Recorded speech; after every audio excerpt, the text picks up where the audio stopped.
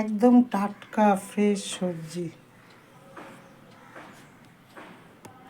দেখো বন্ধুরা, আজকে বাজার করেছে। এই লঙ্কাগুলো কিন্তু খুব ঝাল হয়, জানো তো।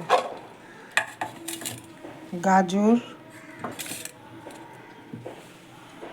লাল শাক,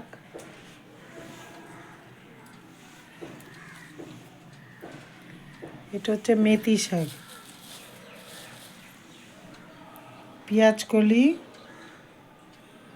টমেটো আর বেগুন। বেগুনগুলো দেখো কত বড়। এই বেগুন পোড়া খুব ভালো লাগে।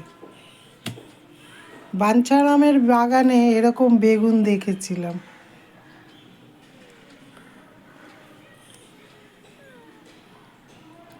বেগুনটা আমার মনের মতন হয়েছে।